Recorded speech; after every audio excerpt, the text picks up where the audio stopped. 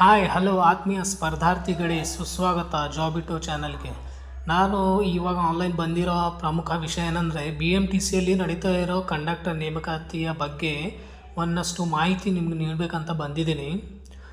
So ನೋಡಿ, BMTC ಕಂಡಕ್ಟ್ರಲ್ಲಿ HK ಅವರಿಗೆ post 214 ಕರೆದಿದ್ದಾರೆ. ಟೋಟಲ್ ಅಪ್ಲಿಕೇಶನ್ ಹಾಕಿದವರು 5600 ಜನ. ಸೊ ಎಕ್ಸಾಮ್ ಅಟೆಂಡ್ ಏನು ಮಾಡಿದ್ದಾರೆ, 5000 ಜನ ಅಟೆಂಡ್ ಮಾಡಿದ್ದಾರೆ. ಸೊ ಎಲಿಜಿಬಲ್ ಕ್ಯಾಂಡಿಡೇಟು 656 ಜನ ಮಾತ್ರ.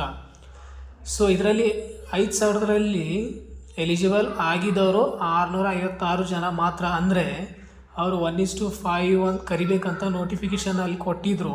ಬಟ್ 1:5 ಜನ ಅಂದರೆ 1070 ಜನ ಎಲಿಜಿಬಲ್ ಆಗಬೇಕಿತ್ತು, ಬಟ್ ಆಗಿಲ್ಲ. 1:3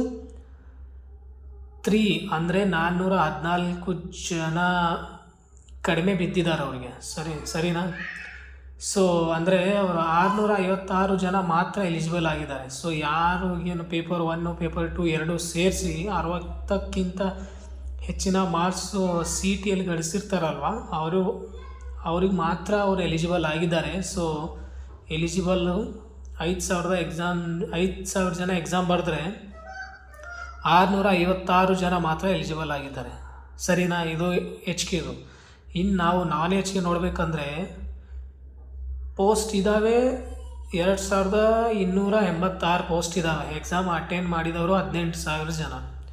ಸೊ ಎಲಿಜಿಬಲ್ಲು ನನ್ನ ಪ್ರಕಾರ 2000ದಿಂದ 3000 ಒಳಗೆ 2500 600 ಇಷ್ಟರ ಮಟ್ಟಿಗೆ ಎಲಿಜಿಬಲ್ ಆಗ್ಬೋದು. ಸೊ ನೋಡಿ, ಕಾಂಪಿಟಿಷನ್ ಎಷ್ಟು ಕಡಿಮೆ ಇದೆ ಅಂದರೆ 18,000ರಲ್ಲಿ ನಾವು HK ಎಕ್ಸಾಂಪಲ್ ಇಟ್ಕೊಂಡ್ರೆ ಎಲಿಜಿಬಲ್ ಆಗೋದು 2500 ಜನ ಮಾತ್ರ. ಸೊ ನನ್ನ ಅನಿಸಿಕೆ ಪ್ರಕಾರ 1:1ರಲ್ಲಿ ಸೊ ಕಟ್ ಆಫ್ ಎಕ್ಸ್ಪೆಕ್ಟೆಡ್ ಇಷ್ಟು ನಿಲ್ಬೋದು.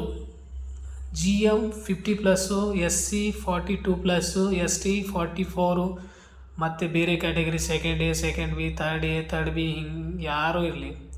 ಸೊ 43+ ನಿಂತ್ಕೋಬೋದು. ಸೊ ಜನರಲ್ ಅಂತೂ ಪಕ್ಕ 50+ ಕಟ್ ಆಫ್ ನಿಲ್ಲುತ್ತೆ.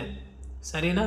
ಸೊ ನಿಮಗೆ BMTC ಕಂಡಕ್ಟರ್ ಹೆಚ್ಚಿನ ಮಾಹಿತಿ ಬೇಕಂದರೆ ನನ್ನ ಚಾನಲನ್ನು ಸಬ್ಸ್ಕ್ರೈಬ್ ಮಾಡಿ ಮತ್ತು ಬೆಲ್ ಐಕಾನನ್ನು ಒತ್ತಿ.